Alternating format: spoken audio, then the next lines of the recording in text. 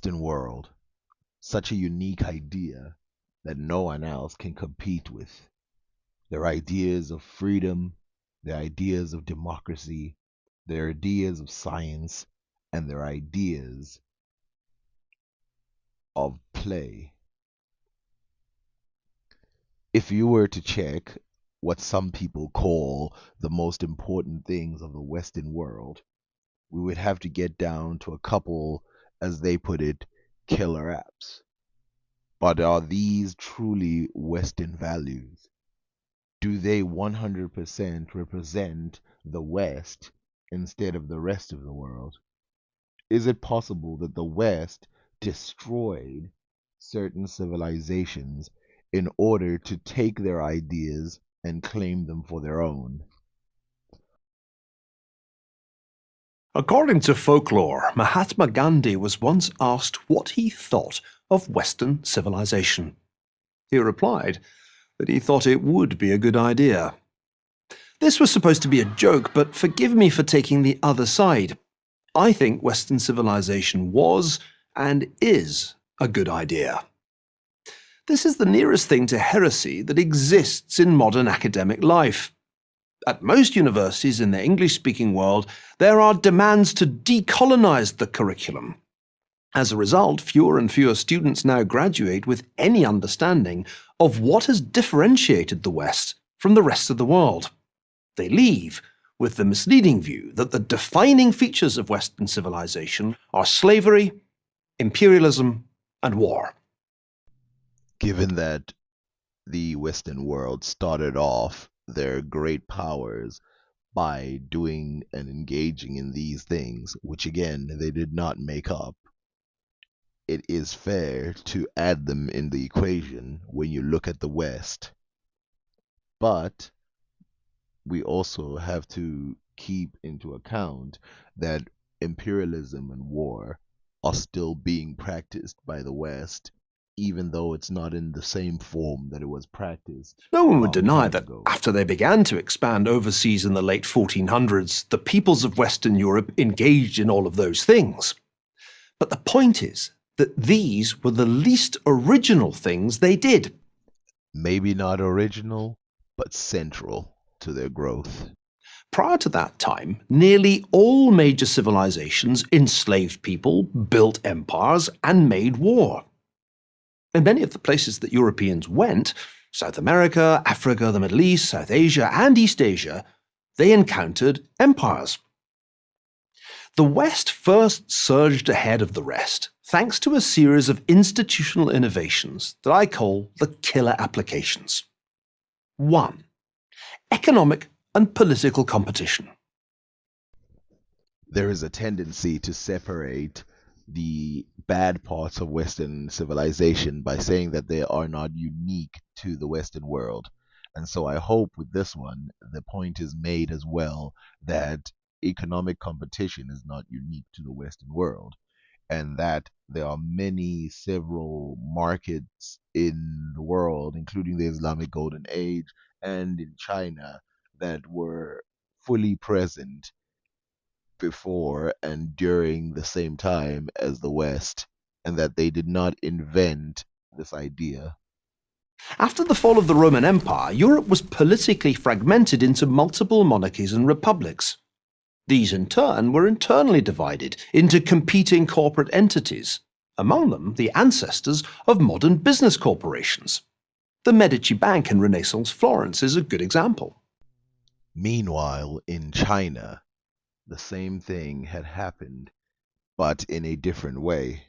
In order to overcome the shortcomings of silver, which is not portable and difficult to be separated, Chinese businessmen invented a banknote. Depositors deliver the silver to the shop owner, and the shop owners issue notes indicating the amount of silver deposited for the depositor. Depositors can withdraw the silver by returning the banknotes to the shop owner. Banknotes was initially a credential for deposit and withdrawal. With the development of commodity economy and the increasingly wide use of banknotes, Many businessmen jointly set up shops specializing in the exchange of silver and the issuance of banknotes, and set up branches all over the country. Because banknote shops can abide by credit and depositors can withdraw silver at any time, with the banknote being exquisite and difficult to counterfeit and having hidden marks, handwritten words, and staggered form of black and red, the banknotes gained a high reputation. Islamic leaders used taxes from wealthy merchants to build and maintain public works such as schools, hospitals, dams, and bridges.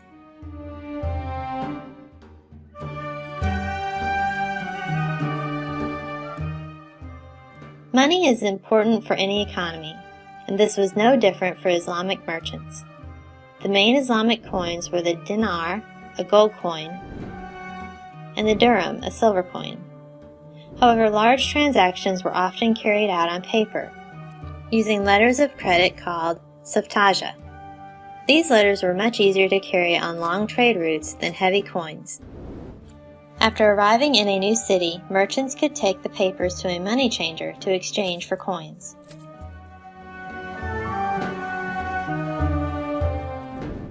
Islamic merchants dealt in a wide variety of trade goods, including sugar, salt, textiles, spices, slaves, gold, and horses. The expanse of the Islamic Empire allowed merchants to trade goods all the way from China to Europe. Many merchants became quite wealthy and powerful.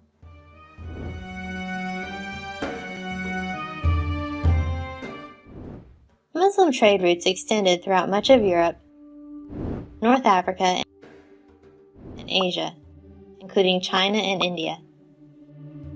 These trade routes were both by sea and over long stretches of land, including the famous Silk Road.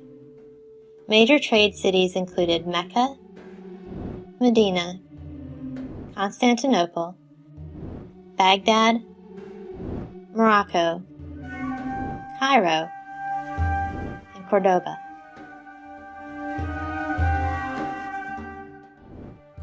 In the case where a trade route was overland, merchants traveled in large groups called caravans. Caravans were almost like traveling cities, including everything from doctors and entertainers to armed guards and translators. They provided protection for the merchants and their goods. A typical caravan would travel around 15 miles a day and would stop at night at rest stops called caravanserai. When I think of competing banks and competing markets and competing organizations, I do not only think of the West, though the West is involved. I, of course, think of several countries around the world. Two examples that I've already given. This idea would be fine for this video had they not claimed that the other three things were not unique to the West. But why ignore that this as well is not unique to the West, and that the ideas made by other people to engage in markets, to engage in competition, and was free, fair, allowed, and regulated is something that should be respected as much as anything that happened in the West. This is not a difference between the West and a lot of other places, especially major civilizations. If we look at markets even in places like Africa, we see that there was booming and thriving markets. Like for example, in as we read here, the king of Inanna, Tankura, has been converted by the Moors who have settled there in great numbers. Mr. Lucas called it the Mohammedan kingdom of Dagomba, and it was represented to him as peculiar, wealthy, and civilized. The markets of Yandi are described as animated scenes of commerce constantly crowded with merchants from almost all the countries of the interior. Horses and cattle abound, and immense flock are possessed even by the poorer class. The numerals of Dugwamba and Yongwa differing, I submit. I think it is important to list these because it was so important to list the previous things about how bad things occurred in almost any place. And I think the bias to make it seem like the good things only occurred in the West is quite easy to spot. 2. The scientific revolution. All the major 17th century breakthroughs in mathematics, astronomy, physics, chemistry, and biology happened in Western Europe. The difference with earlier advances in science was the realization that through experiment and measurement, nature could not only be understood, but manipulated and even mastered. This is one of the biggest falsities ever made on Earth before by a human being, especially when they're talking about through experiment, measurement, and the fact that nature could be manipulated. These were core, and I'm sure if you've already seen my channel, you know these were core things in the Islamic Golden Age. Ibn al-Haytham would be a good example, who invented a type of scientific method, which, by the way, scientific methods existed in several parts of the world, including India, Greece, and so forth, and other places. Ibn al-Haytham's scientific method was very similar to the modern scientific method and consisted of a repeating cycle of observation, hypothesis, experiment, and the need for independent verification. Now, this is just Ibn al-Haytham. We could talk about the other people like Al-Jahiz and all these other people, and the fact that they believed that there was solutions to the world.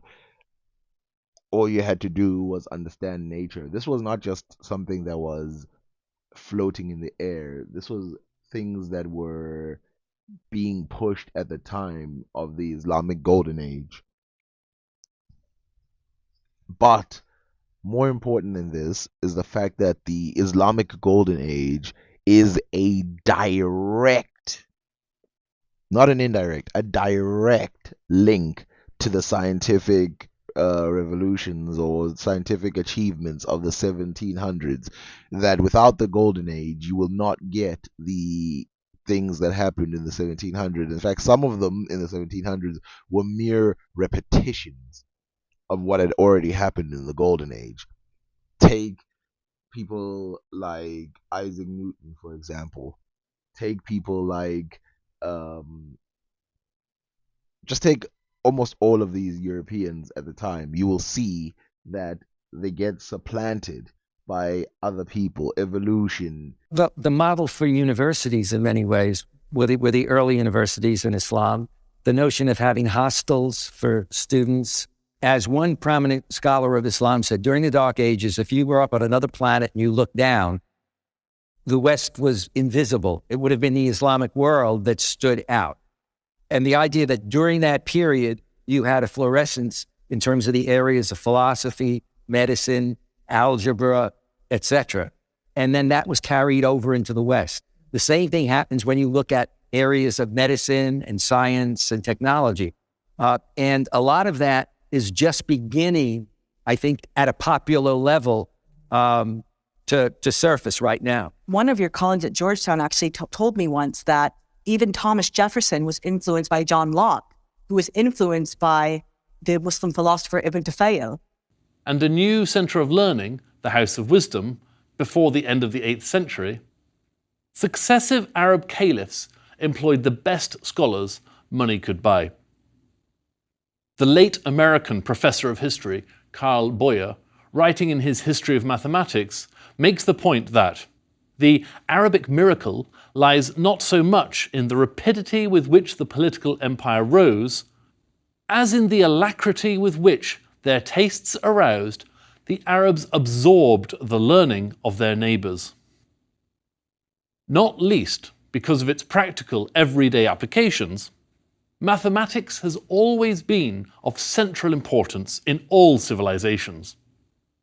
But during the Islamic Golden Age, we saw astonishing advances in all fields of maths, not least algebra. To better illustrate this, I'm going to talk about a man whose very name is at the heart of algebra and algebraic calculations. He is Muhammad ibn Musa al-Khwarizmi. And the word algebra comes from the title of one of his books, the Compendious Book on Calculation by Completion and Balancing. The Compendious Book on Calculation by Completion and Balancing would be translated from Arabic into Latin twice during the 12th century by two of the most important translators of their day, the Italian Gerard of Cremona and the Englishman Robert of Chester. It was a revelation to educated Europeans, and every well-stocked library would have had a copy. Al-Khwarizmi, most famous work, Kitab al-Manazir, or the Book of Optics. In this work, Al-Haytham used mathematics and experimental observations to examine the human visual system more systematically than anyone before him or after him until the 19th century. According to Lindgren, Alhazen leveled a devastating attack at prevailing optical theories and formulated a grand and viable alternative. Ibn al-Haytham wrote on subjects such as visibility, the perception of color, the effect of bright lights on the eye, how light enters the eye, and more. The experiments of Ibn al-Haytham had a profound influence on European scientists, with his experiments being used by Roger Bacon and Johannes Kepler's, among others. The Book of Optics was written in 7 books in the 11th century, but today, only 2 Arabic copies containing books 1 through 3 exist.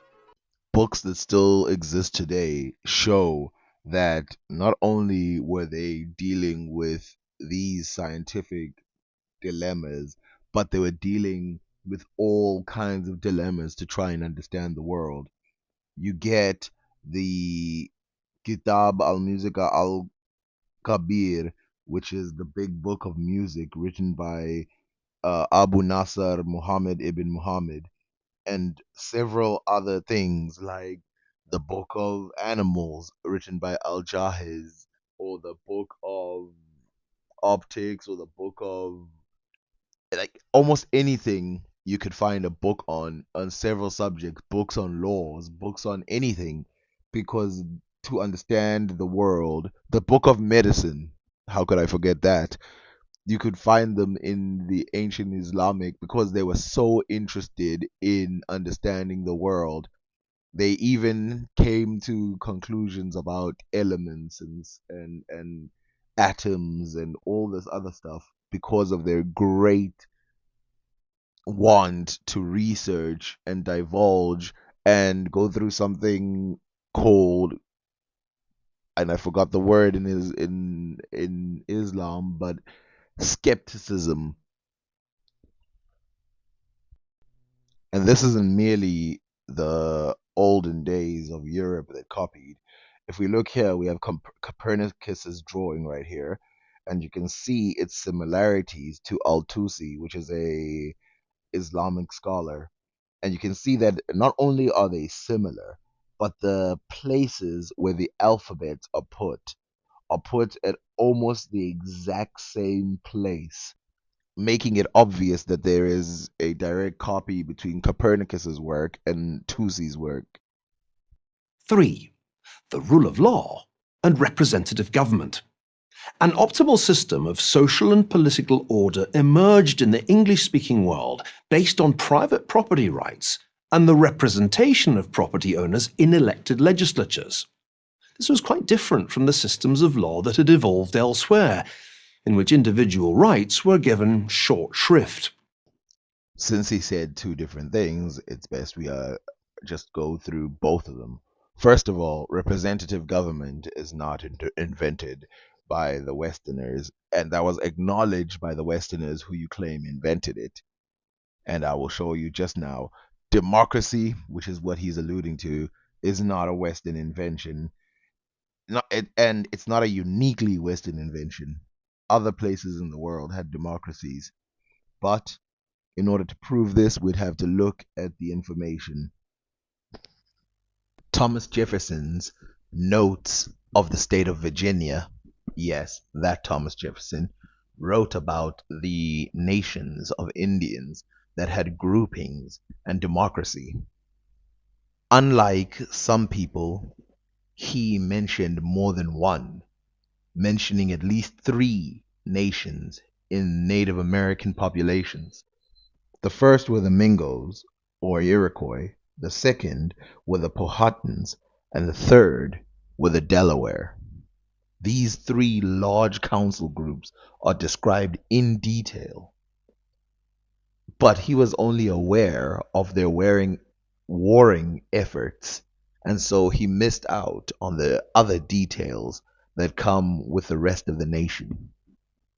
And he said, "It is true that when at home they do not employ themselves in labor or the culture of the soil, but this again is the effect of their customs and manners, which have assigned that to the province of the woman. But it is said they are averse to society and a social life. Can anything be more inapplicable than this to a people who always live in towns or clans? Or can they be said to have no republic, who conduct all their affairs in national councils, who pride themselves in their national character, who consider an insult or injury done to an individual by a stranger as done to the whole, and resent it accordingly? In short, this picture is not applicable to any nation of Indians I have ever known or heard of in North America. As far as I have been able to learn, the country from the sea coast to the Allegheny, and from the most southern waters of James River up to Pawtucket River, now in the state of Maryland, was occupied by 3 different nations of Indians, each of which spoke a different language, and were under separate and distinct governments. Their government is a kind of patriarchal confederacy. Every town or family has a chief who is distinguished by a particular title, and whom we commonly call sachem. The several towns or families that compose a tribe have a chief who presides over it, and the several tribes compassing a nation have a chief who presides over the whole nation. These chiefs are generally men advanced in years and distinguished by their prudence and abilities in council. The matters which merely regard a town or family are settled by the chief and principal men of the town. Those which regard a tribe, such as the appointment of head warriors or captains, and settling differences between different towns and families, are regulated at a meeting or council of the chiefs from the several towns. And those which regard the whole nation, such as the making of war, conclude peace, or forming alliances with the neighboring nations, are deliberated on the determined in a national council composed of the chiefs of the tribe, attended by the head warriors and a number of the chiefs from the towns, who are his counselors. In every town there is a council house where the chief and old men of the town assemble, when occasion requires, and consult what is proper to be done. Every tribe has a fixed place for the chiefs of the towns to meet and consult on the business of the tribe. And in every nation there is what they call the central council house, or the central council fire, where the chiefs of the several tribes with the principal warriors convene to consult and determine on their national affairs. When any matter is proposed in the national council, it is common for the chiefs of the several tribes to consult thereon, part with their counselors, and when they have agreed, to deliver the opinion of the tribe at the national council. And as their government seems to rest wholly on persuasion They endeavor by mutual consensus to obtain unanimity. Such is the government that still subsists among the Indian nations bordering upon the United States. Some historians seem to think that the dignity of office of Sachem was hereditary, but that opinion does not appear to be well founded. The Sachem or chief of the tribe seems to be by election, and sometimes persons who are strangers and adopted into the tribe are promoted to this dignity on account of their abilities. Evidence we have that they existed is the 1400s, meaning that these people predate the European states and the European democracy by hundreds of years. This cooperation will soon become one of the largest in history. The Iroquois had 5 nations, and the 5 nations were the Mohawk, the Oneida, the Onondaga, Cayuga, and Seneca. And their territory expanded from New York all the way to Canada. So how did the system work? Well, first, we start with the clan mother, because the Iroquois were very matriarchal, meaning that when a man got married to a woman, he would be said to move to the female's family instead of the woman moving to the man's family. But this clan mother was not just a random person. She was appointed with a duty of selecting a representative for her clan, and then they would join together, and these clans would go into the nation, and these nations would go into the bigger nation and be represented. If the queen mothers felt that the chief they chose was not fit for the job, they would have the right to fire him. Of course, this would force the chief to act in the interest of his people. More than this, there was councils with the clan mother in which the individuals of the state or the clan would voice their opinions or their options to the clan mother, discussing things like taxes, warfare, and so much more, all operations in the nation. And the clan mother would make this known to the chief, and the chief would therefore discuss it and try to reach harmony or unity, or the better word is consensus, between all the other clans on what to do. Now, the clans did do some things independently, like conquer tribes outside, but for the most part, this is how the system worked. Unlike a lot of systems around the world, this was not based on nepotism. Instead, it was based on the abilities of the people, or it was a meritocracy. And so the queen mother would watch children, the young boys, and see which one of them had good qualities, and that's how they would choose them. Now you're probably thinking, oh, so they had 6 chiefs. No, they had 50 chiefs in the 1600s that represented the Iroquois. And so these 50 chiefs would have to reach consensus for what to do for the nation. In other words, they had 50 mothers, nation mothers. There's also an interesting feature, which is a person could not fornicate with someone of the same clan, but instead had to find someone outside of their clan. But I don't know if that was always followed. This alone would make this a democracy. But this isn't the only feature that made it a democracy. See, there were council meetings held before the chiefs were about to make a decision.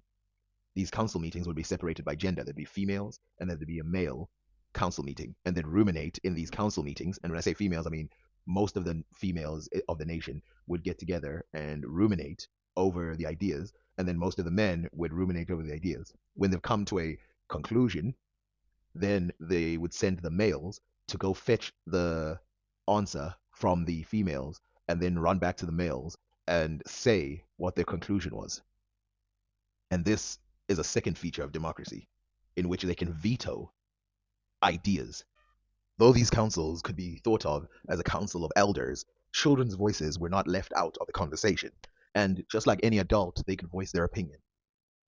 Now, the Iroquois had another feature that would make this democratic, in that they had selection of something called faith keepers and other positions in the clan that had little to do with the state, like ceremonies and stuff like that, that would be elected on and thought about through council meetings. This meaning that their expansion of democracy was bigger than just the state. Now, this is the original United States of America. Now, I want to state that quite clearly the systems of these Indians were not just something they looked at and went, but instead they mimicked some of these ideas in their own systems. And if you look at how the rule or democracy works in America, you can see that it's closer to this Iroquois one than it is to the ancient Greek version, where people voted more on laws than they did on their leaders. 3. The rule of law and representative government. An optimal system of social and political order emerged in the English-speaking world based on private property rights and the representation of property owners in elected legislatures. This was quite different from the systems of law that had evolved elsewhere, in which individual rights were given short shrift. You can look at so many places in the world, like the Constitution of Medina in the Islamic Golden Age, or going way back to Sumer, or any of these other states, to see that rights were respected in states to the point that even kings couldn't do anything. And in this certain thing that I've just shown you, this democracy of the Iroquois, and which is said by this person, this founding father, you can see that there is an acknowledgement of this fact. But another Westerner who went to the Asante found this fact to be true in the Asante kingdoms as well. This is not the only African kingdom which would have the rule of law, which represents people. And this one was way more expanded. It wasn't just landowners, it would also represent people who are not landowners, but landowners were the key. That depicts the Asante rulership and the freedoms of their parliament and their governance. Mission from Cape Coast Castle to Ashanti with a statistical account of that kingdom and geographical notices of other parts of the interior of Africa. The king, the aristocracy, now reduced to 4, and the assembly of captains are the 3 states of the Ashanti government. The constitution requires or admits an interference of the aristocracy in all foreign politics, extending even to the veto on the king's decision. But they watch rather than share the domestic administration, generally influencing it by their own opinion, but never appearing to control it from authority. And their opinions on civil questions are submitted with a deference directly in contrast to their bold declarations on the subject of war or tribute, which amount to injunction. The Ashantis advocate this constitution by the argument that the interference of the aristocracy in all foreign politics makes the nation more formidable to its enemies, who feel they cannot provoke with impunity where there are so many guardians of the military glory, who by insisting on a war become responsible in a great degree for the issue, and pledge an energy and exertion in comparison with which such as could be excited by a despotic monarch must be deemed disinterested. They added that almost independent administrations of the king was better calculated for the domestic government, because the decrees of a monarch have naturally more force with the people over whom his power is unlimited, and further, that a civil power in the aristocracy could not be reconciled to the assembly of captains, to whom the former estate was already sufficiently invidious for the health of the constitution. In exercising his judicial authority, the king always retired in private with the aristocracy to hear their opinions, to encourage their candor without diminishing his majesty in the eye of the people, and in using his legislative prerogative, he was said always to give them a private opportunity of defending the old law rather than of objecting to the new, though from the same state policy the latter was announced to the aristocracy as well as to the assembly of captains before the people, as a sudden and arbitrary pleasure of the king.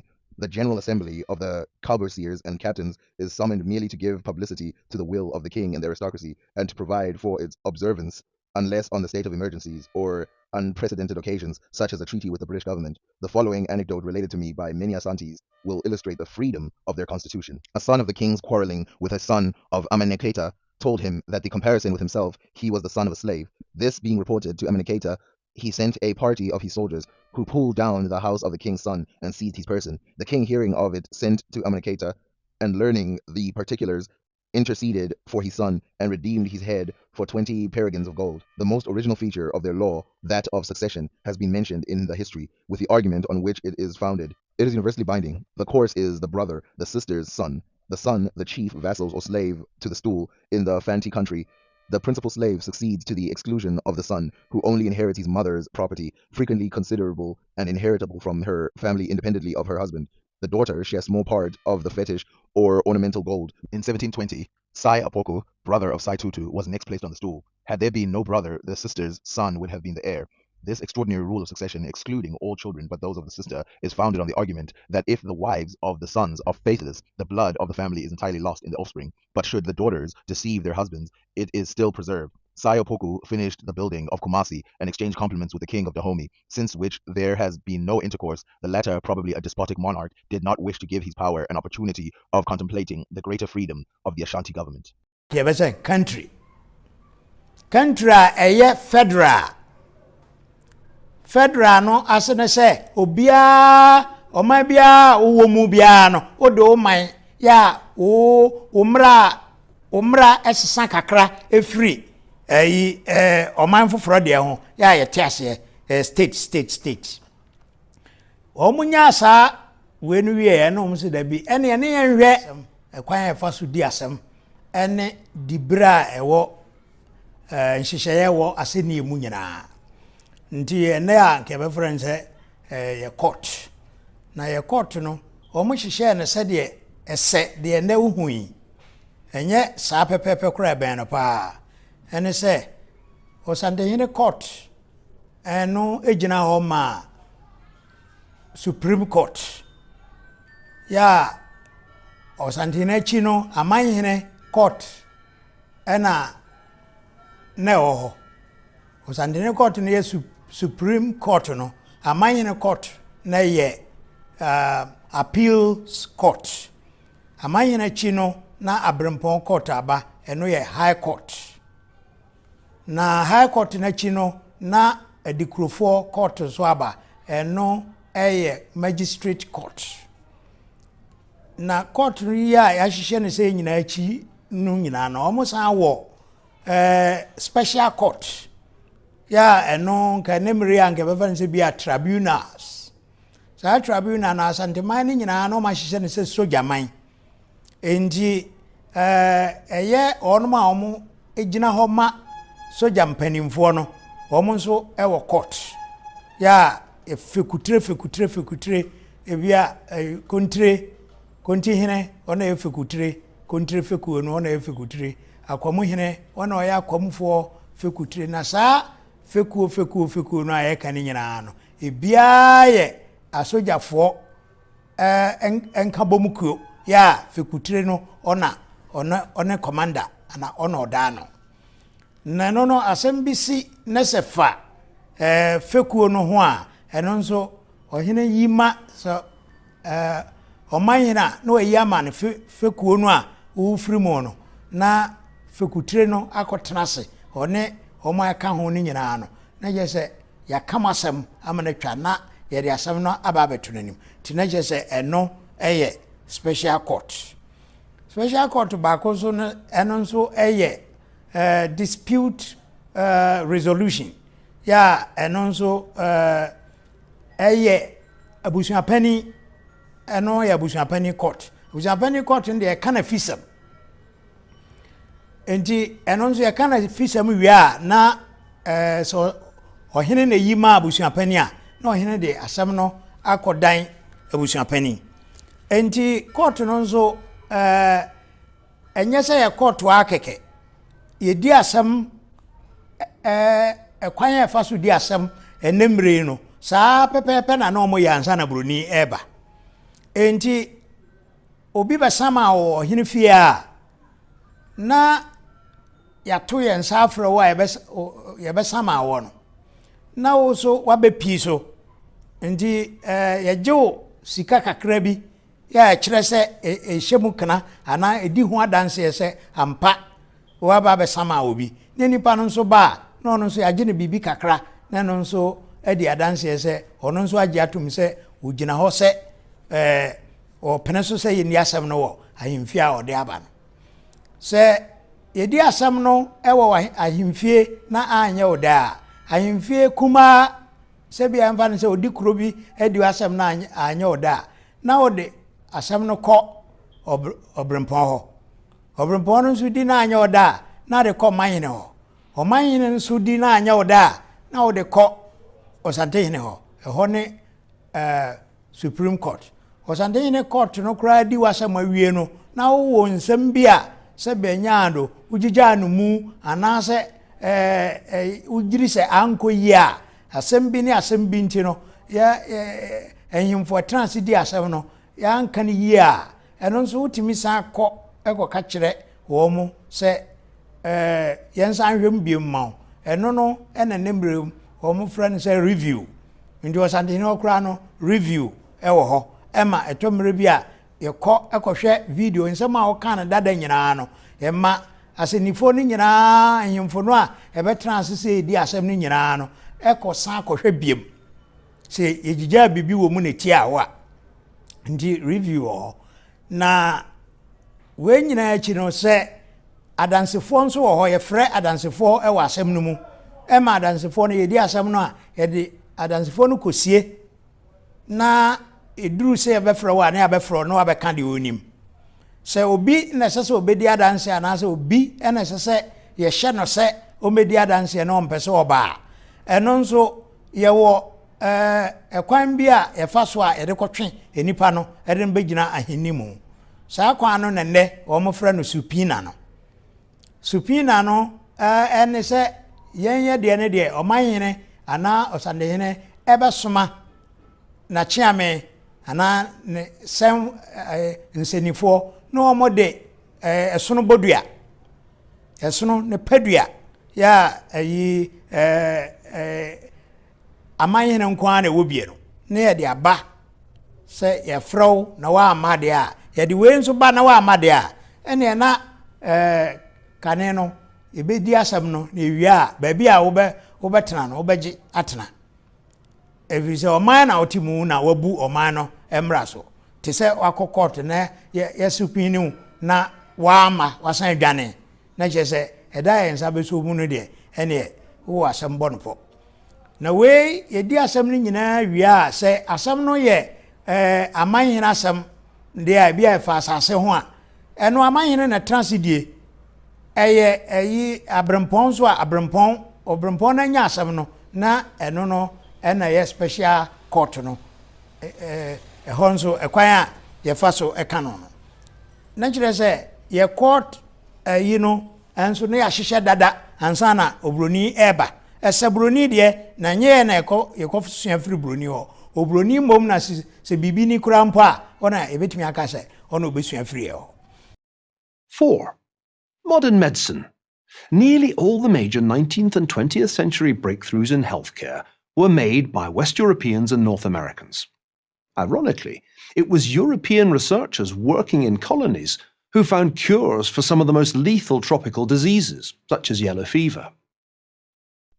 This one is not even hard to go with because he says the majority, which means there's a minority of 19th and 20th century medical advances that were made by non-Western areas, and it's easy to talk about which ones they were, but consider a disease that happened in 2020 and that you can solve that disease. There's another disease that was similar to that same one that happened in 2020 that you needed to solve the problem in the same way.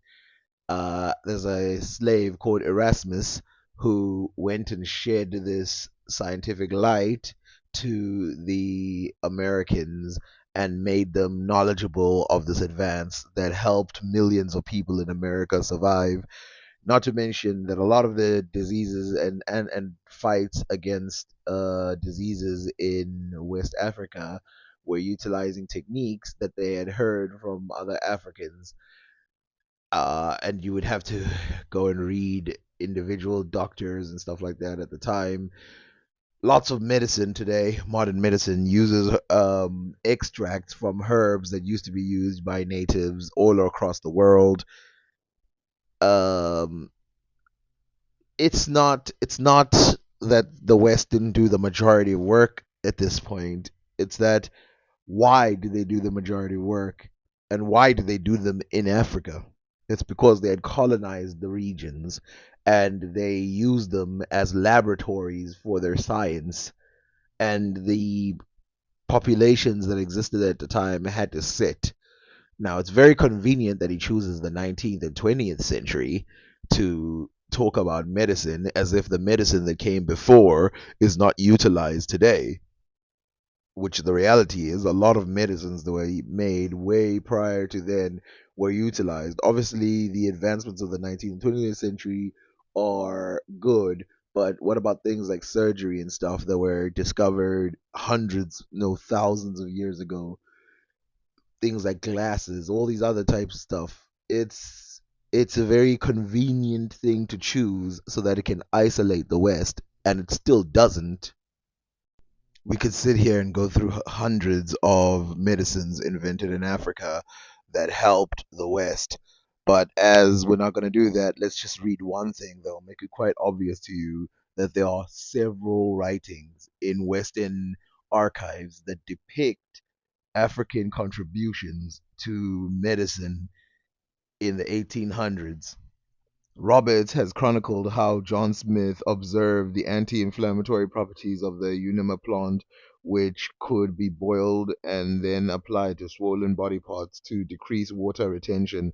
Both palm oil and palm wine were used for a variety of purposes. Palm wine could be mixed with boiled Unima plant to ease constipation, and ointment could be derived from pounding the plant's leaves and mixing them was from the enslaved Africans. That Smith also procured a treatment for dysentery by pounding, drying, baking, and consuming the pokema plant.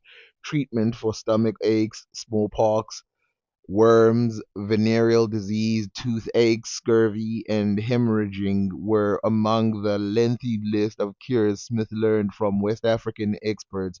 However, the names of the African botanical and medical experts who informed the minister's correspondence are absent from these accounts to the Royal Society. Western medicine, my foot. 5. The consumer society. The Industrial Revolution took place where there was both a supply of productivity enhancing technologies and a demand for more, better, and cheaper goods. Without elastic demand for manufactured cloth, for example, there would have been little point in driving down its price. What he's talking about is mass production. Mass production predates the Industrial Revolution. Of course, the Industrial Revolution ramped it up, but there was mass production in West Africa. There was mass production in the Islamic Golden Age, mass production in China. China was one of the most mass producing civilizations in history, and there was mass production elsewhere. This is not a distinction. It ramped up in the industrial world, but by this time, I wouldn't exactly call it purely Western. 6. The work ethic. Westerners worked longer, worked harder, and saved more of what they earned. This led to unprecedented capital accumulation, which in turn led to investment in the wonders of modern technology. No. Just no. And of course, if you want to talk about modern technology, then you have to talk about how some things that are in modern technology, I see you show a car over there, they were supplanted again by African technologies such as natural rubber, which gave birth to galvanized rubber, which galvanized rubber is what you use in cars. Believe it or not, without the rubber from natives in America and in Africa, which were being harvested before Europeans got there, they were then utilized in cars. This is only one thing that is utilized in technology today that was influenced by foreigners. It is easy to underplay the significance of natural rubber as an invention, but you can see that it affected the economy of America and the world significantly and changed everything in a way that riding on metal rims or wooden rims or other weird substances that were tried at the time couldn't, not without the invention of rubber. And the second thing we should look at is palm oil, another African invention, which today is responsible for almost so many products. It's millions and literally billions of dollars. And then products, it affects so many products in the world that it's not even funny. And this palm oil, before the Westerners decided to completely colonize, was mass produced and mass sold and made people in West Africa very, very rich. Now, I want to show you how significant it was, not just to technology, but to what he was talking about before, mass production. Even in the Industrial Revolution, it was there. Look at this. Palm oil is said to be found in 50% of the supermarket product, from food to cleaners to cosmetic. It is a type of vegetable oil derived from palm oil fruit. This controversial ingredient may be present in some form in nearly every room of your home. It is widely used for its properties and because it is cheap. The reason it's cheap is because Indonesia took this palm oil from the West Africans and they planted it in those regions, and basically they took the market away from West Africa. Obviously, West Africa is still a significant market, but Indonesia was made very rich by doing this, and now palm oil is everywhere. This African invention that contributed significantly to almost everything this guy talked about: medicine, technology, consumer markets, the industrial revolution. Come on, people. For hundreds of years, these killer apps were essentially monopolized by West Europeans and their cousins who settled in North America and Australasia. They are the best explanation for what economic historians call the Great Divergence, the astonishing gap that arose between Western standards of living and those in the rest of the world. Yes, Western civilization did empire. It did war. It did slavery. But these weren't the things that led to the Great Divergence and the period of Western dominance of the world.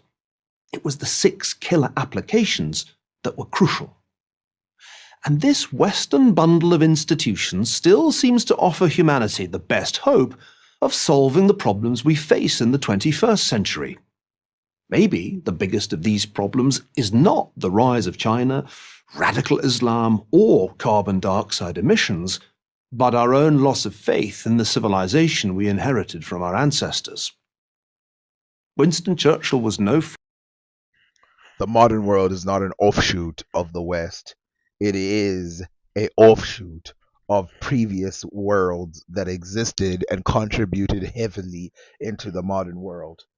Discounting stuff like slavery, empire, and colonization and imprisonment is one of the most disingenuous things that someone can do in real life. It's You can't minus something that actually happened. And it is true that the West did some good things, but they also did some really horrible things. And those horrible things led to the destruction of places that had thriving economies, that had thriving technologies, thriving science. You cannot, and I state again, you cannot take that away. This is not a real reading of history. This is selective reading of history. But if you take a real reading of history, you will see that the fast march to the future is in the hands of those who accept the world and what the world has to offer, not those who take pride in single societies, because no single society is responsible for its own rise, especially if its rise is significant in the world. friend of Gandhi. In 1938, Churchill defined the central principle of Western civilization as the subordination of the ruling class to the people and to their will as expressed in a constitution. I've already showed that this does not fully explain just the West. It also explains Iroquois nations and other nations, by the way. The Iroquois are only one. The other dude, the founding father, wrote about several other nations that had that same thing. And in Africa, there were several as well that operated as confederacies and had this thing where the ruling class is subject to the people. Maybe you know of another civilization that came up with that simple but uniquely powerful idea. I don't. Do your research, mate. Do a lot of research. It is so evident and obvious. It is in Western books. There's hundreds of books. There's tens of books that talk about civilizations outside of the West that had this. And I'm talking about from first accounts. The ones that I showed you are not people who wouldn't be aware of what they're talking about. These are first hand accounts that show you that there are several civilizations that were like that. This is very, very desperate. And the West is a joke. It is not real. All these things were there in other civilizations all over the world. I'm Neil Ferguson, Fellow at the Hoover Institution at Stanford for Prager University. I'm Grassy C and I approve this message. Subscribe for more videos.